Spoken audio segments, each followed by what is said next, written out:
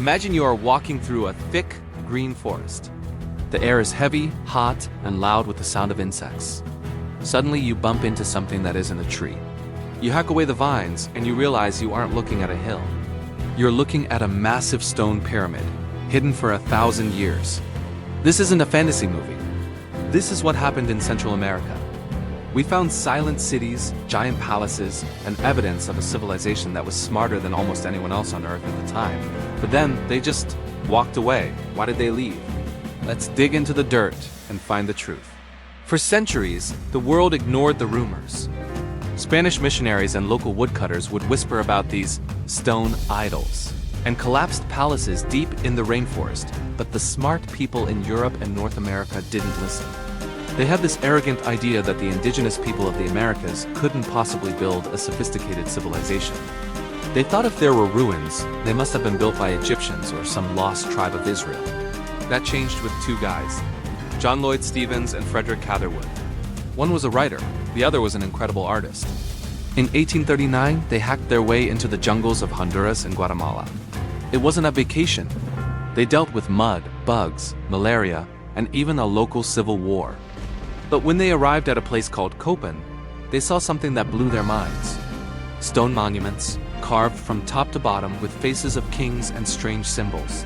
Stephens was so convinced this was important that he actually bought the entire city of Copan from a local farmer for $50. When they published their book, it shocked the world. It proved that a massive, powerful civilization had risen and fallen right here in the Americas, long before Columbus showed up. The silent cities were real. But this discovery just created a bigger question. Who were they? And where did they go? So let's look at who these people actually were. We call this the classic Maya period, spanning from about 250 AD to 900 AD now. Don't make the mistake of thinking the Maya were one big happy empire like Rome. They weren't. It was more like a collection of rival city-states. Think of it like a neighborhood where everyone is fighting over the best lawn. Except the lawn is territory, and they are fighting with spears. You had big superpowers like Tikal and Kalakmo constantly at each other's throats, making alliances, marrying off princesses, and fighting wars. But despite the fighting, they were geniuses. Truly, they developed the only complete writing system in the ancient Americas. While other cultures were drawing simple pictures, the Maya had a script that could replicate the sound of their spoken language. They were poets and historians, and their math? Incredible. They invented the concept of zero independently. Do you know how hard that is? The Romans didn't even have a zero. This allowed the Maya to do calculations into the millions. They used this math to track the stars. They knew exactly when an eclipse would happen. They tracked the planet Venus like it was a clock. They saw the universe as a giant machine, and they wanted to understand the gears. But their society wasn't just about math. It was built on a very serious, and honestly, kind of scary deal. At the top of the pyramid was the king, the Keul Aja, or Holy Lord. He wasn't just a politician. He was a channel to the gods. His job was to keep the sun rising, and most importantly, to keep the rain falling. See, the Maya were the people of the corn. Maize was everything. It was their food, their religion, their life. But the rainforest soil is actually very thin and weak. Growing enough corn to feed millions of people required reliable rain. To guarantee that rain, the king had to pay a price. And that price was blood. In public ceremonies, the king would pierce his own body, his tongue, his ears, or other sensitive parts using a stingray spine or obsidian blade. He would let the blood drip onto paper and burn it. They believed the smoke opened a portal to the gods. It was a cosmic bargain. The people fed the king with corn, and the king fed the gods with his blood so the rain would come. As long as it rained, the king was safe. The system worked. By the year 750 AD, things looked perfect on the surface. The cities were huge.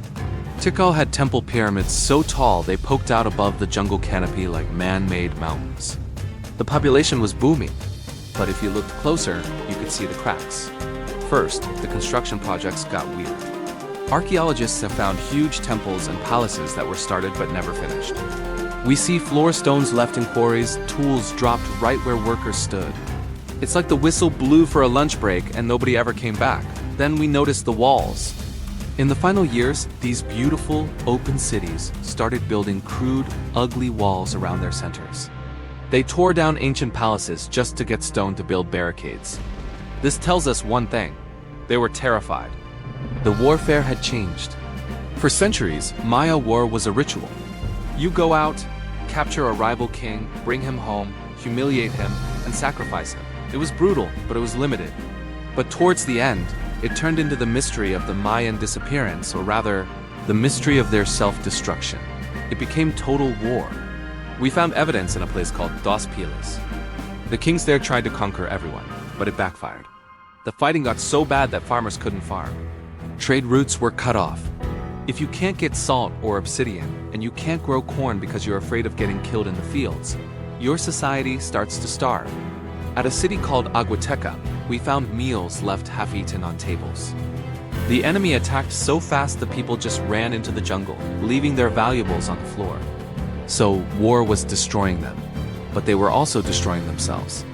Remember those beautiful white pyramids? They were covered in stucco, a type of plaster. To make that plaster, you have to burn limestone at incredibly high temperatures. To get that heat, you need wood. Green, fresh wood. Scientists calculated that just to cover one single pyramid in stucco, they had to cut down nearly 1,000 acres of forest. Now multiply that by hundreds of cities and thousands of buildings. They chopped down their own forest. When you remove the trees in a tropical environment, the soil washes away. The rain runs off instead of soaking into the ground. The land gets hotter. They literally engineered their own environmental disaster. They were farming the land to death to feed a growing population and stripping the forest to show off their shiny pyramids. They were living on a knife's edge. And then the final blow came. The one thing the kings promised they could control, but couldn't. The climate changed. For a long time, this was just a theory. But recently, scientists did something amazing. They drilled into the mud at the bottom of ancient lakes and looked at stalagmites and caves. These things are like nature's hard drives. They record rainfall history. The data matches perfectly. Right when the cities started failing, the region was hit by a mega drought. We are talking about a century of dryness, with extreme droughts lasting for decades at a time. Imagine the panic. The reservoirs at Tikal, which held millions of gallons of water, turned into cracked mud. The corn withered in the fields. The people looked to their divine king. The king performed the rituals. He bled, he prayed, but the sky stayed blue. The rain didn't come. The cosmic bargain was broken. The people realized their king wasn't a god. He was just a man who couldn't deliver the goods. And so the social contract dissolved. Hungry, scared, and disillusioned, the people did the only logical thing. They voted with their feet. They packed up their families and they left.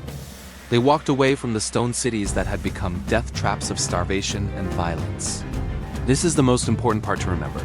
The Maya didn't die out. They didn't vanish into thin air. They moved. While the southern cities collapsed into silence, the Maya in the north, in the Yucatan Peninsula, actually thrived for a while longer. Cities like Chichen Itza rose up. They changed their ways. They relied more on trade salt, honey, cotton, using massive canoes to trade along the coast. They adapted.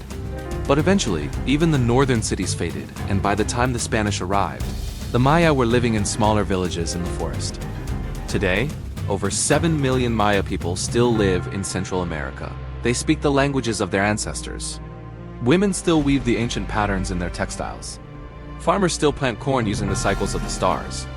The silent cities aren't a tombstone for a dead race. They are a lesson. They teach us that even the smartest, most advanced society is fragile. If you destroy your environment and engage in endless war, eventually, the system breaks. The Maya survived by simplifying. They let the jungle take back the stone, and they kept the culture in their hearts. It is a haunting story, isn't it? Standing in those ruins today, you can almost feel the ghosts of the past. It makes you wonder what archaeologists will say about our cities 1,000 years from now.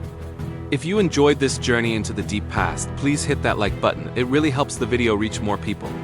And don't forget to subscribe to my channel, The Sleeping Historian, so you never miss a story hidden in the sands of time. Let me know in the comments. Do you think our modern civilization is making the same mistakes? Thanks for watching.